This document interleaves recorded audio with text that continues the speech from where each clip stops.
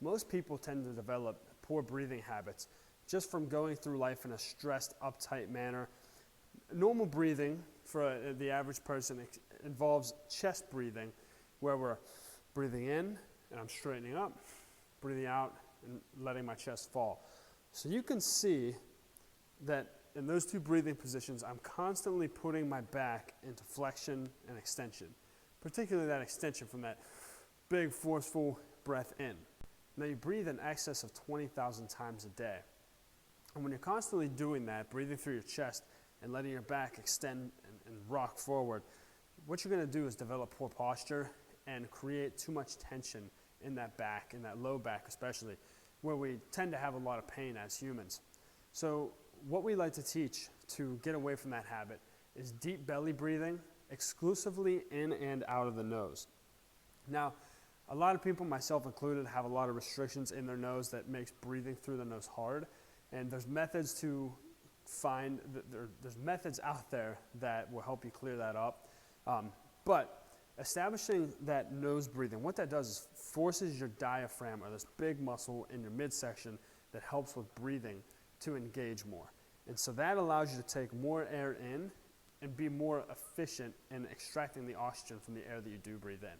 So when I breathe through my nose, you're going to see my belly expands first, and then I create that little bit of tension through my torso here that eliminates or minimizes that extension whenever I follow through with that breath all the way into my chest. A better way to learn this, though, which is going to be the focus of this video, is lying flat on your back in a supine position and teaching those breathing mechanics from there.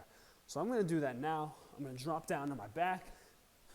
And this is how I generally teach people the belly breathing methods that we incorporate here at Case Specific.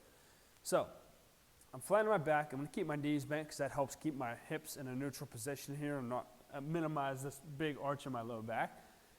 Now, as I said, I'm going to breathe exclusively through my nose, but something I'm going to do to help visualize what I want to accomplish here is I'm going to put one hand on my chest and one on my stomach.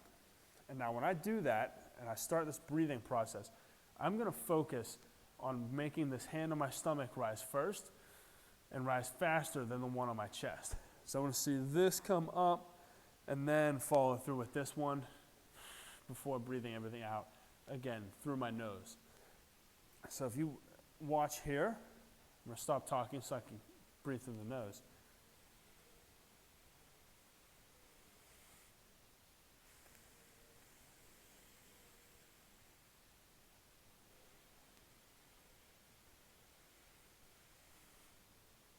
Full breath all the way into my chest. And one more.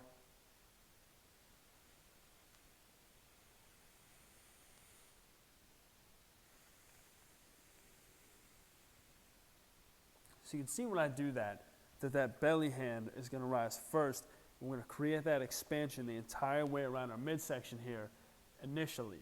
And then we'll follow through with our chest after we've created some tension and got that diaphragm engaged to help amplify our breathing.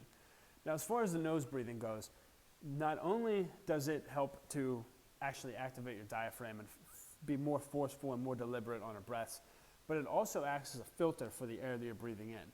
So we equate this to drinking filtered water in a Brita versus drinking pond water. When you breathe in through your nose, that allows it to catch a lot of the dirt and the gunk that we don't want to be taken into our body before it goes down into our system and becomes absorbed, potentially causing harm later. So that's why we focus on the nose. That diaphragm activation as well as the filtration effect that it has. Now, that is one method. That's a supinated diaphragmatic breathing. Another way we can do that, and this is kind of to help focus on breathing the entire way around our belly, which we call circumferential expansion, when we have that expanding all the way around, even into our back. So another way to do that is alligator breathing, which involves lying flat on our stomach, hands just kind of across under our head. And we're going to do the exact same thing, but now you're going to feel your belly press into the floor, and you'll even feel your low back kind of tighten up and expand a little bit as you take these breaths. So I do 2 or 3 breaths here. Just watch my back and my belly expanding out as I breathe.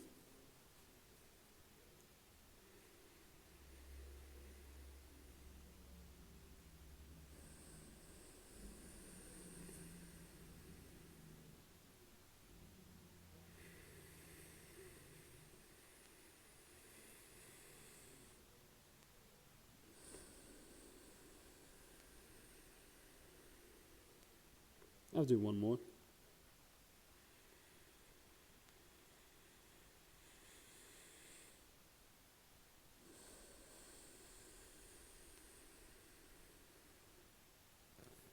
So you can see that expansion, that change in my angle of my torso as I breathe in and out there.